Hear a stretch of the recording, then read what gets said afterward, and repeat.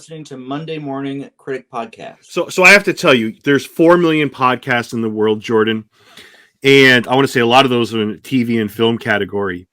And one thing I never understand is podcasts in my category that don't interview composers, cinematographers, and they call themselves like movie buffs.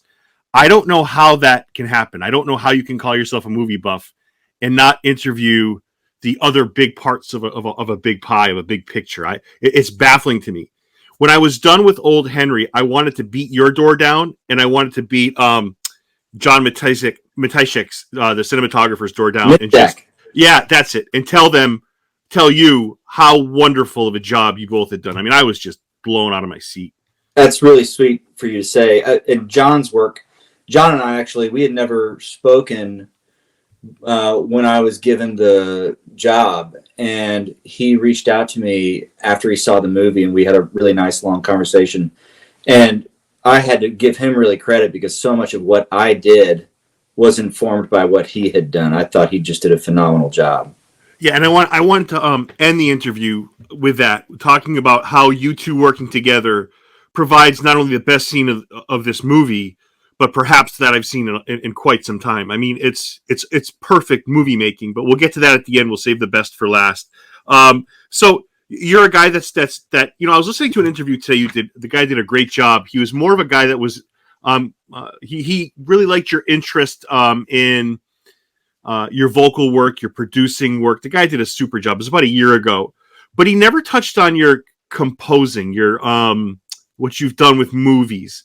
Mm-hmm. Is when people look at you, Jordan, in your career, do they see the whole picture? Do they see? I mean, because just going through your life today, I'm blown away. I was like, wow, this guy's done so much. Do they see you as a composer, as a music maker in general, as a vocalist, as a producer? What is it? Are you a man of many trades? Like what? How are you perceived?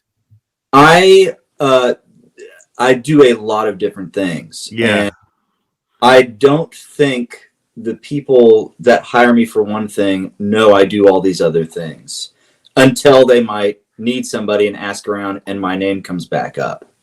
Like I did some string arrangements for this producer, Lawrence Rothman, who's out of Los Angeles, and they had done they're in the middle of doing a record with Bobby Nilsson and Amanda Shires, and Lawrence hired me to do string arranging for this album. And then they called me and said, I just watched Old Henry. I had no idea, I love this movie. He was like, yeah, same guy. Here I am, Yeah. So sure, no, I don't think that when I get hired to do arranging, they know that I'm also a producer, or I also do, film composing. Yeah, and then when I was researching, I get to names like Kenny Rogers and Burt Bacharach, all these like wonderful iconic people. It's like even I don't know, but you're almost like, and you're clearly good at more than one thing. And when I was listening to that podcast, and again, the guy did a wonderful job, but I was like, I was waiting for that. Okay, music composition's got to be right here. We're coming to it now, and but guy was a musician, very talented. So you grew up in Tennessee, and Dad's a legendary country music composer. Was your early education, not composer, producer, was your early education like nothing else you could have learned at a school or anything else, just listening to Dad, hanging out with Dad in the studio? I mean, I'm envious of that as somebody who loved his father very dearly. Do you see it both ways, the person you turned out to be professionally and personally? I definitely think that the front seat perspective I got was you could only get in as being a son of or nearby, that kind of thing. The other thing that I really appreciated about my dad was that, and it still is that he doesn't really make a big deal about any of it. And so it didn't seem like overzealous or like super crazy important. It was like, oh, this is what we do. And I think in that I have like a pretty calm relationship with my work ethic and the process and just trying to do good work, Jordan, is your dad still with us? He is, yes, thankfully. So yeah, absolutely. Do you, when you talk to Dad and Dad sees something like Old Henry, right? He looks at your work at Old Henry. Does any of that surprise him as far as that? And then he knows what you do with producing and arranging and all that other stuff. When he hears it, does he know you're a man of multiple talents? Does he Does your dad understand that? I mean, probably a stupid question. I'm sure he does, but he is what's the right word to say? He's kind of careful with his compliments. yeah, He is very complimentary, but he's not like, this is incredible, you know. yeah. Jason, my oldest brother Jason, who is also a record producer and a mixer and engineer in town, sent a group text to me and my dad back in October and said, my son Ansel wanted to watch this Western he'd heard about, and we were halfway through it, and I had to look and see who did the music, and then he took a screenshot of IMDb, and it was me. Oh, and that's it's like great. one of so they didn't even know I had done it until they'd seen the movie, you know. Yeah, that is awesome. That is awesome. And I'm going to bounce all over the place here. So there was a great quote you had about 90s and the music in the 90s. I'm like, I totally agree with what he's saying. You were not so let me say the 90s were phenomenal for film score music. Yeah. 1994 is the greatest cinematic year in movie history ever. But on a side note, as far as vocal music, you were not too impressed with the music in the 90s. Is that a fair statement? I don't want to put words in your mouth. No, that's totally true. And I totally agree. I don't even think it's not an opinion. I think that's kind of factual that the 90s were pretty horrible. I feel like I was, and maybe I'm reading into this, but I feel like I was bullied into thinking Pearl Jam. I mean, Pearl Jam's a great band, but I almost feel like there were bands that I had friends that they loved, but I feel like they were just like okay. Like I felt like I was bullied into thinking there were these great, you know. I guess Pearl Jam's probably not the best example, but I don't know. I feel like some of these bands that we grew up with, I don't know, maybe not as great as everybody was making them out to be. Yeah, I think there's a handful of bands in the 90s that I listened to then and I still can listen to now, but it's pretty rare. 80s different story, right, Jordan? I love the 80s. Yeah. It might be because I was born in 84, so, you know, and it was just, I was so entrenched in music and really interested in music. And so whatever was going on when I was 4 or 5 years old, that stuff is still, and anytime it comes on, I'm like, oh, this is it. This is what, give me a band out of the 80s you absolutely loved. It could be anything. And I know you like, you're and that's probably an unfair question, but. No, the first record that really, as an album, really shook me was Peter Gabriel's So. Good call. Yeah. It's still an unbelievable, it's an 8-song, unbelievable piece of work. I think, who was it? Adam Levine said one of the greatest songs ever written was, it wasn't In Your Eyes. It was one of the greatest songs ever written, but it was by Peter Gabriel, but I'm blanking at the moment. But phenomenal talent. Good call on that. So I know you went to Berkeley for a couple of years, and I went to school out there. We were close. I was there in '96. You were there 2003 ballpark. I think that's right. Yeah. Why didn't that work out for you? And if that's too personal a question, please ignore it. Well, I'm just not a good student. And I had a great teacher named Paul Lyman from when I was about 8 years old until I was 18, until I went off to college. And I now kind of realize that he ruined me as a student because he would give me something to practice during the week when I'd be a kid. And I would not do that, but I would record a bunch of stuff on my 8-track and bring it to the lesson. And he'd be like, "Did you do your assignment?" I said, "No, but I have all these recordings." And he'd go, "All right, well, let's just analyze these recordings and draw charts." Right. And that was my school, was me totally guiding the lesson. And it was really a beautiful way to learn. And so by the time I went to college, while I was interested in learning this music, and it was great, you know, there's wonderful parts about it, but it was like, okay, I get it. Now can we move on? And, you know, they have to stretch out a curriculum. So there was a lot of going back over material. All that to say, I'm not a great student. It wasn't really for me. Yeah, and that's an interesting take, right? Because you're clearly talented musically, but not a great student. So it just goes to show there's a lot of ways to reach people, right? There's not just one cookie cutter way to, all right, this is what you do.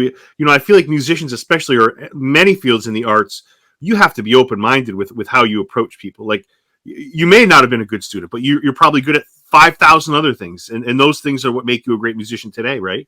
Well, and I think musicians specifically, is not, you do not really need to go to college for that. If you are potentially losing parts of your prime years in college.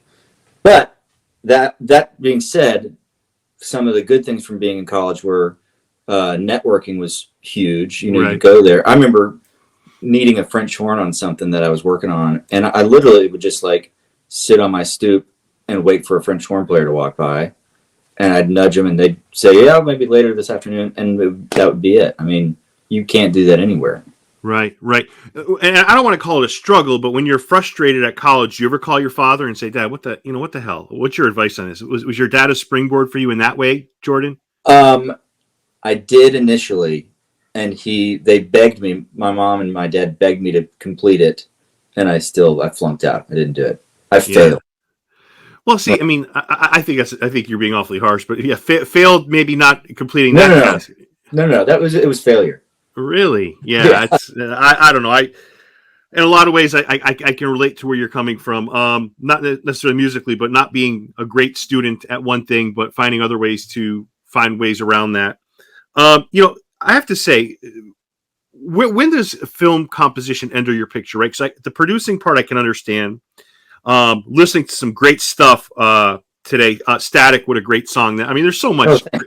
Oh my God! Like, I almost feel like, say if you never sang, and you're a gifted vocalist, but say if you never sang, the music for Static would make a phenomenal film score.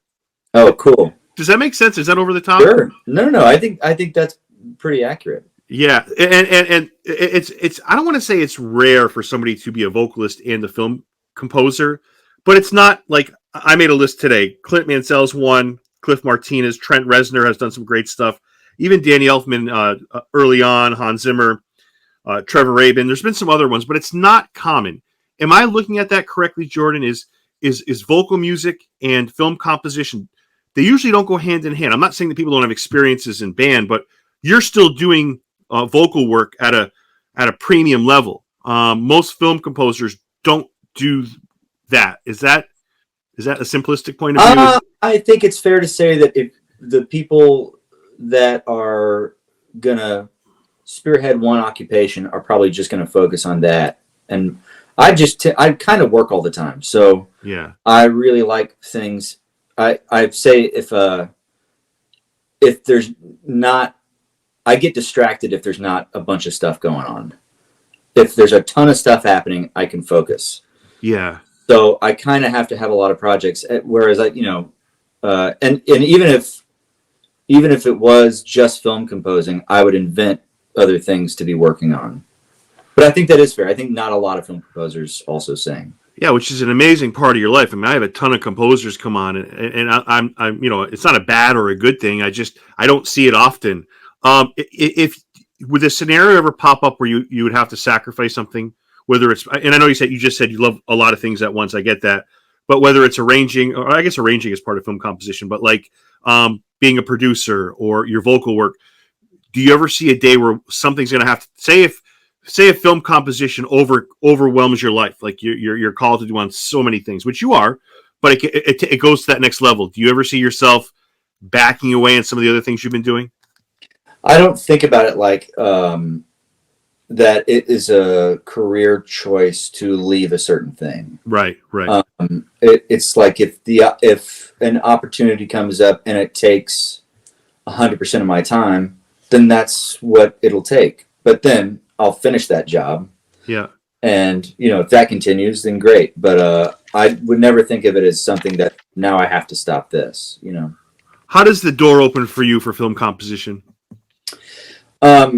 So film composing is something I've always been interested in since I was a kid. It was probably my very first real musical interest. And it was Danny Elfman's Batman and Edward Scissorhands. Those two movies totally, like, light bulbs went off. And then right after that, it was Fargo, Carter Burwell, and his score for Barton Fink. And then it was just this never-ending onslaught of incredible scores, and me kind of trying to say how that's what I want to do. How can I figure out how to do that? And so I just kept recording. And my brother Eric, is a screenwriter, and he was going to go make movies. He went to San Francisco to make movies, and he's back in Nashville now, and we have collaborated and made, movies together. But that's really, he is where it starts, really. There's a movie called Make Out with Violence that he co-wrote with Chris Doyle and Andy Dunsing, and they go by the Deagle Brothers. And this was the first feature that I did. Right. It took forever. It took like 3 years, but I'm really proud of it. And it's crazy. It's wall-to-wall music. It's insane. A huge amount of work. And then from there, Nashville at that time, like, this was like 12 years ago, was not like any kind of, there was not a ton of film and TV stuff going on. But steadily through the years, it's a little bit more and more picked up. And from the beginning, I've kind of nudged, try to understand who's doing what, and to let everybody know that at that time I was available to work on stuff. So that's really kind of where it began. Yeah, and that's an excellent answer. And I probably have had 40 to 50 composers on the show, and I'm going to say Edward Scissorhands has come up maybe 25, 35% of the time. I think that's so cool. Why is that? What makes that score fantastic? I don't know. I mean, it's beautiful. It's eclectic, but in your eyes, it's so unique. It's romantic. It's the first time there was like a child, like a romantic score with a childlike arrangement. And Stephen Bartok, right, is the orchestrator. Yes, he, I think, deserves almost as much credit as Danny Elfman, because all that stuff, the whole landscape, that's really Bartok's, or is it Bartek, I think, right? It's Bartek, but I feel like the orchestrator gets left out of a lot of credit when it comes to it, especially what you're saying now. But like in general, I feel like they're left out of a lot of the conversation, or it's just, there's so many people, like I said, involved in this process. But yeah, I hear what you're saying, and when people say they say that later on, I end up listening to it. It's like some scores fly under the radar, and that's certainly one of them. The Edward Scissorhands. Oh my gosh, yeah, beautiful, on repeat. But doesn't it start a little earlier for you? So I want to ask you about composers that mean a lot to you now, as far as the ones. I mean, you said Danny Elfman, but I mean like 2022, and he's still obviously doing a great job. But before I get there, Mom, did she give you a book about composers or Beethoven? Am I on the right? There was a Beethoven book, yeah. Yeah. So does that spark the love for composition? Yeah. Beethoven was really the very beginning. Like before, I think when I was still learning how to think, Beethoven got stuck in there, and Fur Elise is the first thing I picked out on piano. And just like not the whole piece, just the da da da da da da da. And I'd play that ad nauseum at my house. Yeah, and I had a composer. This is maybe after 300 and whatever interviews. This is the fourth or fifth interview I did. He's a composer named Chris Spellman, super talent. I don't know if you've ever seen the movie Lost City of Z. Yeah. His composition of that movie is like nothing I've ever. It's fantastic. The director's last name is Gray. And they were student and teacher at a private school. Anyways, but when I told him that today film score composers to me are like modern day Beethovens, he laughed it off like, no way, get out of here. I guess I really mean that. Like, I'm not trying to butter somebody up, but like when I hear like your music in Old Henry, when I hear Thomas Newman, when I hear Hans Zimmer, like it gives me goosebumps. Like I love it. Like, isn't that the point of music? I don't know. Like we had a fun back and forth exchange with that, but I'm not saying so and so was Beethoven. I'm saying it's like modern day. That's what film composition is. It's that type. Am I way off on this, Jordan? No, I think that's certainly a huge opportunity that the composer gets to have in this product, is to present something that they hope moves people the way that music did. Whether or not it can stand up for 200 or 300 years, that's a different conversation. I get that. Yeah. But as far as being motivated and oh my God, like, so who is a composer today that you look at? I mean, there's probably many that you just you're completely in awe of, or like when their music comes on, you're like, that's it. That's Film composition or just composers? movie composers, Uh, or television. let's see. I am bad with names. Who did White Lotus? Mm. I think it was that was an HBO show, right? Yeah, it was a fantastic show. I did not, but I will find out. It's a crazy score. I thought it was really beautiful. We're watching Severance right now, my wife and I. Great show. Really, a really good show, and I really enjoyed the music. Cristobal Tapia de Veer is the composer for White Lotus. But you're right. Great, unique score. Even Severance Severance gives me like the first. What episode are you on? I don't want to say too much. I don't know, maybe 3 or 4 in. Okay, that office environment gives me like nausea. Like that same. It's like, but it gets 100 times better. Like you're gonna love it. It's just that visual, that music, everything about it. It's like, ugh. You know? And there's weird like little humming. I recognize it. I was watching this one scene, and he's walking through the hallway, and we're trying to get to this elevator, and there's somebody humming, and it sounds like somebody next to you, but it's like it's really quiet. And I didn't pick up on that. It's not really well done. It's like kind of just sounds like, I mean, it sounds like he's on a 57. He's like and it's very, very weird. Really effective too, I think.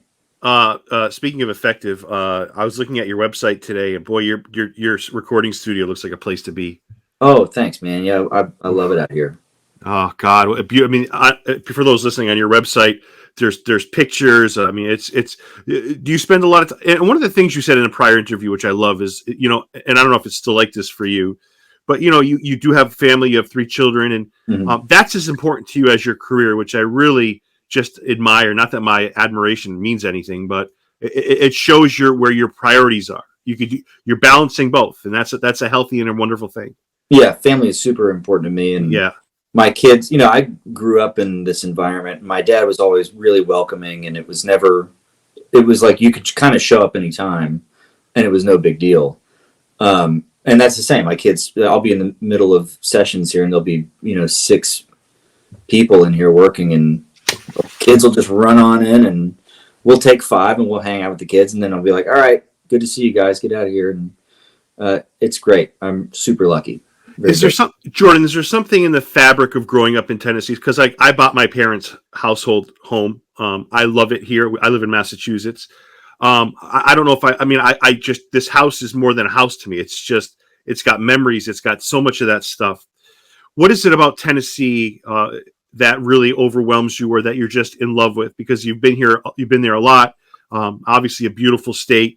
I feel like the fabric of that place is within you, and not to be over the top, but I feel like it is. What about Tennessee do you love so much?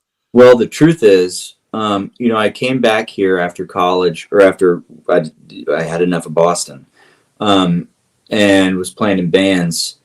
And in that time period, new Nashville, the construction hadn't begun, and it was a really quiet town still, and it was really pretty cool and weird, and there wasn't a ton of great places to eat.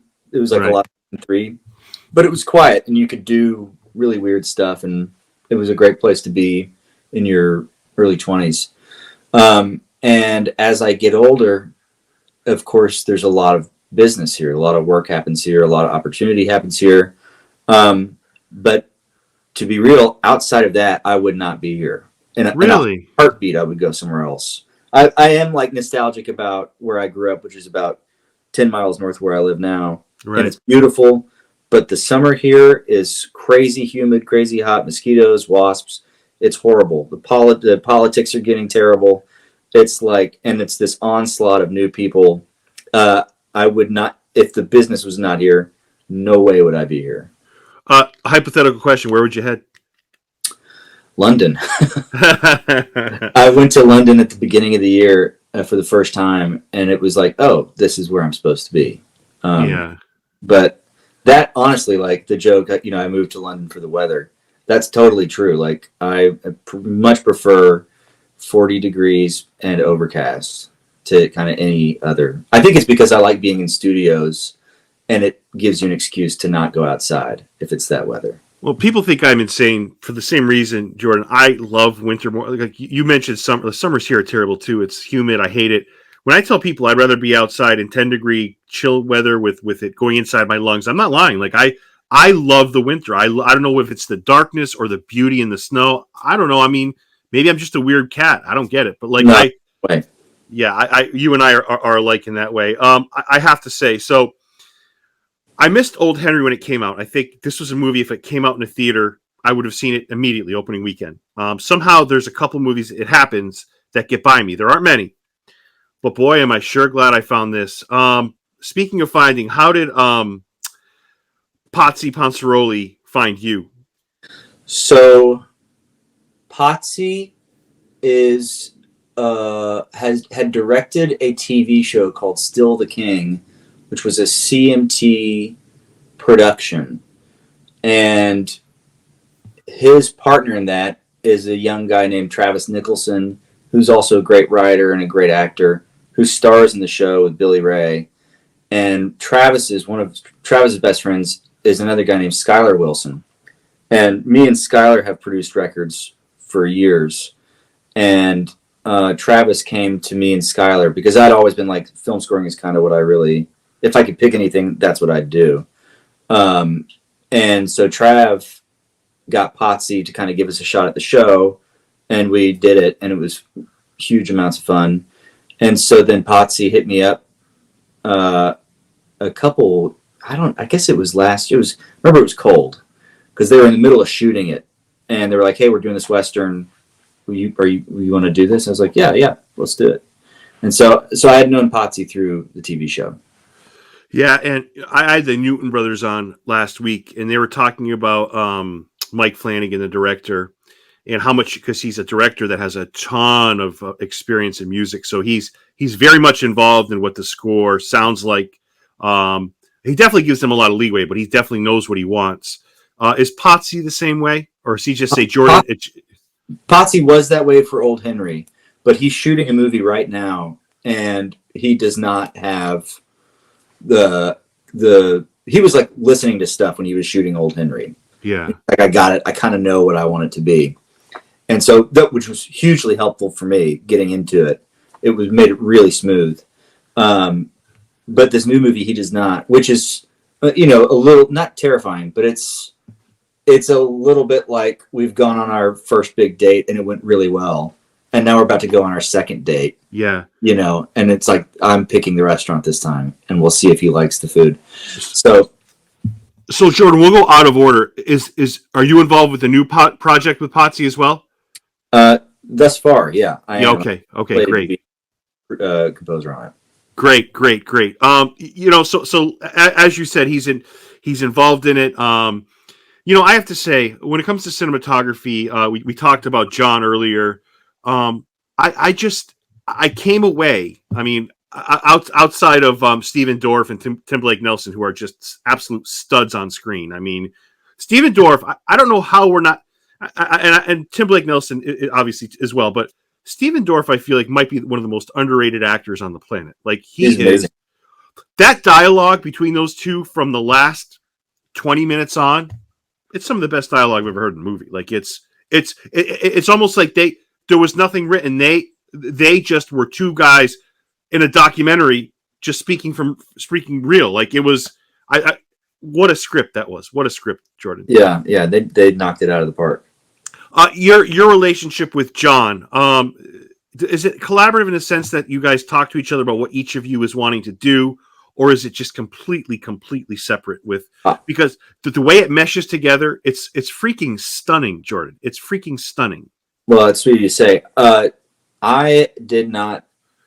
I only talked to John well after the release.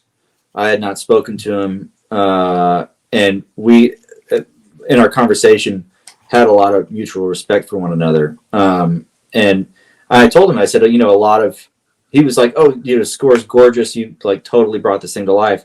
I was like, well, I'm passing it back to you because you informed so much of what I did. I mean, the pace and the slowness And honestly, the wintertime look of that movie, that is exactly like my favorite time of year. And it's so hilly. That's like my favorite landscape in Tennessee. They shot it in Watertown. And it's just like I could live in that time period, in that season, in that area forever. So it was.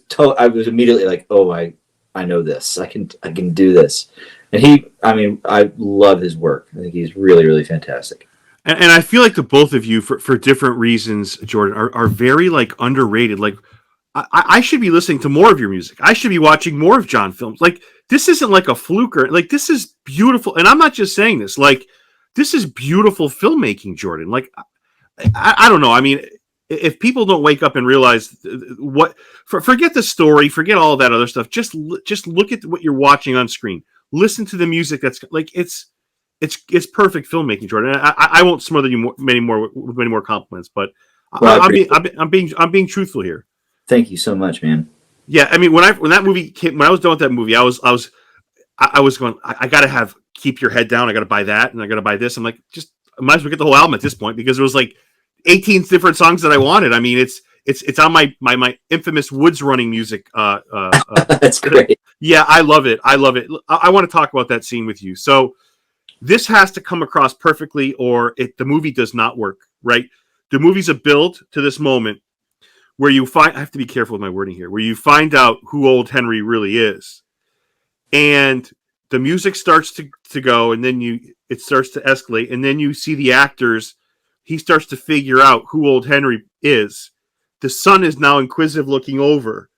The cinematography goes from the beautifully shot, Tim Blake Nelson, to the photo of the person that old Henry is.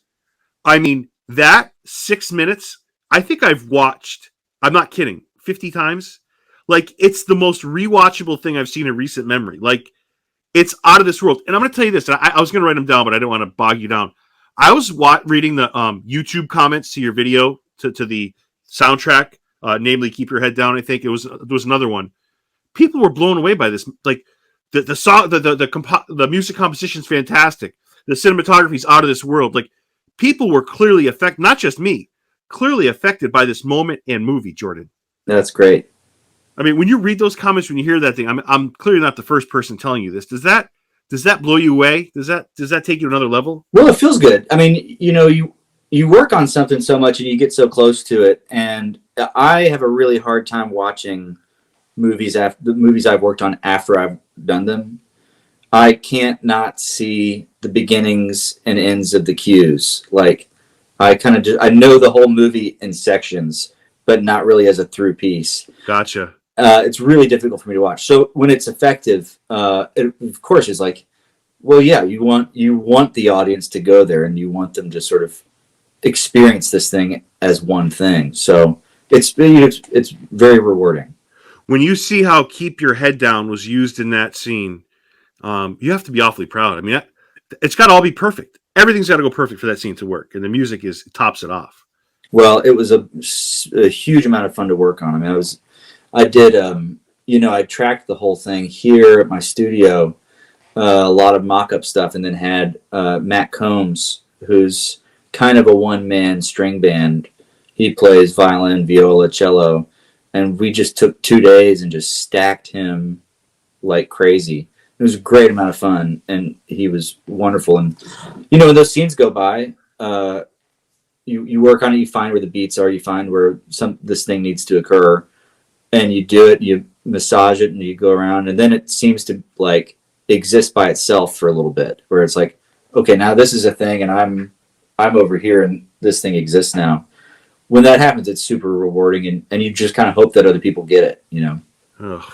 If they don't, something's wrong. And I got to tell you, I hope you're getting some revenue from the album I buy on iTunes. Like I've said this before to other composers. Like, you busted your ass to create this for me to enjoy. I'm paying someone, and I hope you get that. Like I hope it's not divvied up. Like, and I don't want you to get in trouble with your answer, but I hope you're seeing revenue on your end. We're all very happy. Then I'm happy, because that makes me happy. And I'm very lucky to have composers like you. Is there a part of the movie you're blown away by? Is there a single part of it? I think in general the tone. I remember, you get movies and you'll watch stuff that you might work on, and it's always terrible the first time you watch it because it's maybe not, might not be locked, and the temp score doesn't really work, and the ADR is not put in yet, and it looks bad. And when I first watched this movie, I was like, I think this is really good. And I tip of the hat to Potsy, to John, to Tim Blake, and to Steven. I mean, those guys really did a wonderful, wonderful job. And something that I really connected with was the tempo of the whole piece is so still and really kind of feels like it feels like the season that it exists in, where it's not super noisy outside, it's real quiet. It was really a perfect opportunity to make the still kind of quiet score that I wound up making. So my favorite thing is the tone of the whole thing. Yeah, me too. I like the score does it for me, and I think that the pandemic hurt this movie a little bit. I think if this was released right now, I think people are just realizing, and many people have seen it, but I feel like this is just such a wonderful movie that I everyone asked me like, what's a good movie I can see? Old Henry's the first thing out of my mouth. That's great. Two last things. The movie resonates with a lot of people.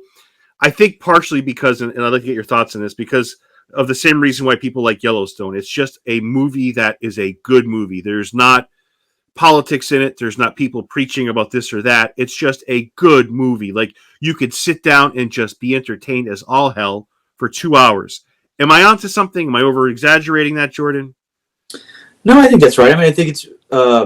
I have a little tiny book of Russian. It's called Russian Sketches, and it's about that thick. I mean, it's maybe not more than 50 pages. Yeah. And it's full of short stories of like Russian stories from like the late 1800s. And this story reminds me of that, where you're just kind of plopped down in this time period, moved through this situation, and you're out. Yeah. And that kind of like transportation that the audience, I think audiences really crave that, where they're in their own life and they want to exit for a second. And this is a really great opportunity to do that. I think you were saying your kids are probably, I think they're a little younger, but do their kids know what their dad does? Do your kids know what dad does? Yeah. Yes. Yeah. Too early for old Henry? When I'm introducing myself and somebody says they ask me what I do, yeah, it's very hard for me to tell them what I do. Yeah. So I just say I work in music, because and they'll go, well, what kind? I'll go, well, I do a lot of different things. Yeah. And so I think that's about my kids' understanding, is like, he works in music. Yeah, they're a little too young for old Henry, I think, right? They know about it. Well, they know about it because I was working on it for about a month. But, when we went on vacation, and it was after the movie was done, and we went down to the beach, and we brought our Apple TV to plug into the TV down there. Right. Plugged it in, got it going, and Old Henry was like number 2 on iTunes. And I was like, that's weird. I didn't download it. And then it was like, oh, it's like, it was top 5 for like 2 or 3 months. It was up there. And so I was like, hey, there's Old Henry. And I'm like going on top of that point, like, it's real. Like, the hype with this movie is through the. I'm not just saying this because you and I are conversing. Like, it's a fact. This movie is.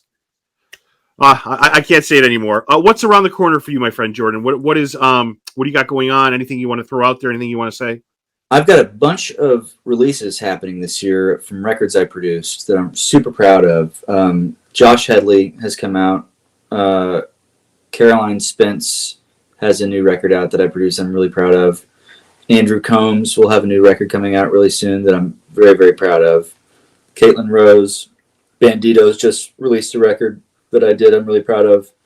I'm doing a bunch of scoring and a bunch of string arranging and horn arranging on stuff I'm really excited about. So it's just kind of an explosion of stuff happening, which I feel very grateful for. Last question: do you feel like Old Henry has opened up doors for you that you had not seen prior? Yes. Well, that makes me really happy. Jordan, I am a huge fan of your work. I love your the way you compose music, the way you see music. It resonates with me, and thank you for that. Oh man, thank you so much for listening. I really appreciate it. Thank you for listening to Derek Thomas and Monday Morning Critic Podcast. If you enjoyed this episode, you can also connect with Monday Morning Critic on Instagram and Facebook, MDM Critic on Twitter, subscribe on Apple Podcasts or wherever podcasts are found. All episodes available, www.mmcpodcast.com.